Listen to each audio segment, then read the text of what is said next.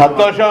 ఆ ఉద్యమం ఫస్ట్ మీ పార్టీలో ఉన్నటువంటి 3 పదవుల వల్ల ఒకటి బీసీలకు, ఒకటి ఎస్సీలకు, ఒకటి ఎస్టీలకు ఇప్పించే విధంగా ప్రయత్నం చేయమని కోరుతాను. టీఆర్ఎస్ అధ్యక్ష పదవి వాళ్ళే, కార్యనిర్వాహక అధ్యక్ష పదవి వాళ్ళే, శాసనసభ నాయకుడు వాళ్ళే ఉన్నారు కదా. ఎవరికన్నా సమాజంలో మా పార్టీలో ముఖ్యమంత్రి ఒక ఆయన అయితే ఉప ముఖ్యమంత్రి ఇంకొక ఆయనే, పిసిసి అధ్యక్షుడు ఇంకొక ఆయనే, సభాపతి ఇంకొక. మా దగ్గర సామాజిక న్యాయం మేము చేసి అడుగుతున్నాం, మీరు కూడా సామాజిక న్యాయం చేసి అడగండి. అన్నీ ఒకటే కుటుంబాన్ని పరిమితం, మీరు సామాజిక న్యాయం గురించి మాట్లాడితే ఎట్లా? ఎస్, కవితక్క ఇక్కడి నుంచే నినాదం తీసి ఆ 3 పదవులలో బీసీలకు, ఎస్సీలకు, ఎస్టీలకు న్యాయం జరగదాకా కొట్లాడాలి, బరాబరి కొట్లాడాలని ఆమె విజ్ఞప్తి చేస్తా ఉన్నాం.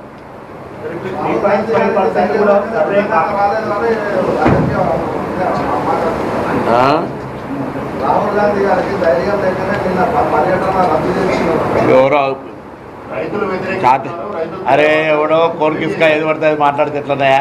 ఆయన పర్యటన పూర్తిగా రఫ్లీ షెడ్యూల్ వచ్చింది. ఇట్లా భయపడుకుంటూ అవుతుంది. జాతీయ పార్లమెంటులో దమ్మున్నాడు చెప్తుండే, ఎవరికంతా వారికంతా నేను చేస్తా, నా జీవిత ఆశయం 100 మంది ఏం చేసినా ఎన్ని వ్యతిరేకించినా అని చెప్తుండు. ఆయన భయపడతాడని దాని గురించి మాట్లాడితే ఏం చేస్తాం? చిన్న పర్యటనే క్లారిటీగా రాలేదు.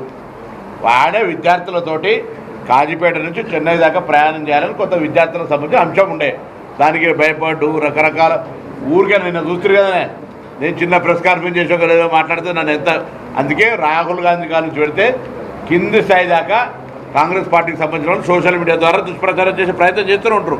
వాటన్నిటికీ ఏం అయ్యేది లేదు. అందరూ దయచేసి సహకరించండి. ఎవరైనా సర్వేలో పార్టిసిపేట్ కావాలంటే పార్టిసిపేట్ కమ్మని చెప్పి మిస్ అయిన వాళ్ళని కోరుతా ఉన్నాం. ఇది ఒక చారిత్రాత్మక నిర్ణయం. తప్పకుండా ఇది ఒక గొప్ప మార్పుకు శ్రీకారం దేశవ్యాప్తంగానే మనం చేస్తాం. నమస్కారం. కానీ ఎంతసేపు విమర్శకి పరిమితం అవుతా ఉన్నారంటే వాళ్ళ యొక్క మానసిక స్థితి బలహీన వర్గాల పట్ల ఏ విధంగా అణచివేయాలనే దృక్పథం స్పష్టంగా కనబడతా ఉంది. లేదంటే చిత్తశుద్ధి ఉంటే ఇప్పుడు ఇచ్చిన అవకాశాన్ని వినియోగించుకోండి. మొన్ననే ఫారాలు కూడా పంపినాం. అవకాశాన్ని వినియోగించుకోవడంతో పాటుగా ప్రజలందరికీ మీ పార్టీ తరఫున విజ్ఞప్తి చేయండి. ఎక్కడెక్కడైతే మిస్ అయినరో వాళ్ళందరినీ సమాచారాన్ని ఇచ్చి ఈ తెలంగాణ జనాభా లెక్కల్లో తెలంగాణ పౌర సమాజంలో సభ్యులుగా ఉండేటువంటి అవకాశాన్ని కోల్పోకుండా చూసుకోమని కోరుతా ఉన్నా. రెండవ పార్టీ భారతీయ జనతా పార్టీ బేసికల్గా ఇది వ్యాపారస్తుల పార్టీ. వాళ్లకు కులగణన జరగడం ఇష్టం లేదు. 42% బీసీలకు రిజర్వేషన్ పెరగడం ఇష్టం లేదు. జనాభాకు అనుగుణంగా ఎస్సీలకు రిజర్వేషన్ ఇవ్వడం ఇష్టం లేదు. జనాభాకు అనుగుణంగా ఎస్టీలకు రిజర్వేషన్ ఇవ్వడం ఇష్టం లేదు. అందుకే వాళ్ళ ప్రభుత్వం పక్షాన సుప్రీంకోర్టులో అఫిడవిట్ దాఖలు చేసిండ్రు. మేము దీనికి వ్యతిరేకము, ఇది అసాధ్యమని. ఇలా తెలంగాణ రాష్ట్రంలో జరుగుతున్న ప్రక్రియ దేశవ్యాప్తంగా ప్రకంపనలు కలిగించి మా నాయకుడు రాహుల్ గాంధీ గారి ఆధ్వర్యంలోనే పార్లమెంటుల బడ్జెట్ సమావేశాల్లో దీన్ని ఆమోదింపజేసుకోవడానికి కాంగ్రెస్కు ఉన్నటువంటి 100 మంది పార్లమెంటు సభ్యులతో పాటుగా తెలంగాణ నుంచి ముఖ్యమంత్రి గారి నాయకత్వంలో ప్రధానమంత్రి గారితో సహా సంబంధిత కేంద్ర మంత్రులతో సహా అన్ని రాజకీయ పార్టీలు కూడా కలిసి తమిళనాడులో ఏ విధంగా అయితే 9th షెడ్యూల్లో పెట్టి ఇవాళ 69% రిజర్వేషన్ ఉపయోగిస్తా ఉన్నారో అదే విధంగా ఇక్కడ కూడా తెలంగాణ రాష్ట్రంలో ప్రజల ఆకాంక్షలకు అనుగుణంగా ఈ రిజర్వేషన్ల పెంపుకు షెడ్యూల్ 9లోకి మార్చాల్సిన బాధ్యత కేంద్రం ఉంటుంది. ఇలా రాష్ట్ర ప్రభుత్వం చట్టబద్ధంగా శాసనసభలో సభ అభిప్రాయంతో పాటుగా ఏకగ్రీవంగా ఈ తీర్మానాన్ని ప్రవేశపెడతాం.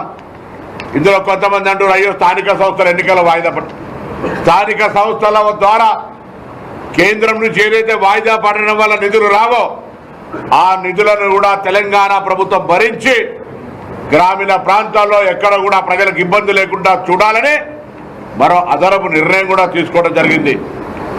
ఈరోజు ఒకవైపు స్థానిక సంస్థల ఎన్నికలు జరపాలని కేంద్రం నుంచి వచ్చేటువంటి స్థానిక సంస్థల నిధులు తెచ్చుకోవాలనే తపన, మరొక వైపు కులగణన జరిగిన తర్వాత చాలా మంది నేను బీసీ సంఘాలందరినీ కూడా ప్రభుత్వం తరఫున పిలిచి చర్చించినాం, వాళ్ళ అభిప్రాయాలు తీసుకున్నాం.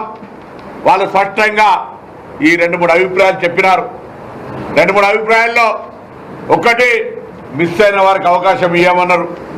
ఇలా కుల సంఘాలు, బీసీ సంఘాలు, మేధావులు, రిటైర్డ్ ఐఏఎస్లు, ప్రొఫెసర్లు అందరికీ విజ్ఞప్తి చేస్తా ఉన్నా, ఒక చారిత్రాత్మక నిర్ణయం జరిగింది. అలా ఈ నిర్ణయం అమలయ్యేదాకా మీరంతా వెంట ఉండి అన్ని రాజకీయ పార్టీల దగ్గర ప్రభావితం చేసి ఈ కార్యక్రమం సజావుగా అమలయ్యేదాకా మీరంతా భాగస్వాములు కావాలని కోరుతా ఉన్నాం. ఎవరైతే సర్వేలో పార్టిసిపేట్ కాలేదో వాళ్ళందరూ కూడా సర్వేలో పార్టిసిపేట్ అయ్యేటట్టుగా మీరు క్షేత్రస్థాయిలో సంఘాలను వివిధ రకాలుగా ప్రేరేపితం చేసే విధంగా చర్యలు ఉండాలని కోరుకుంటా ఉన్నాం. దీని మీద కూడా రాజకీయం చేసే పార్టీలు, Bharatiya Janata party, TRS party నిజంగా బలహీన వర్గాల మీద చిత్తశుద్ధి ఉంటే ఇవాళ రాష్ట్రం నుంచి శాసనసభ వేదికగా బిల్లు చేసి చట్టబద్ధత తెచ్చి కేంద్రానికి పంపిస్తాం.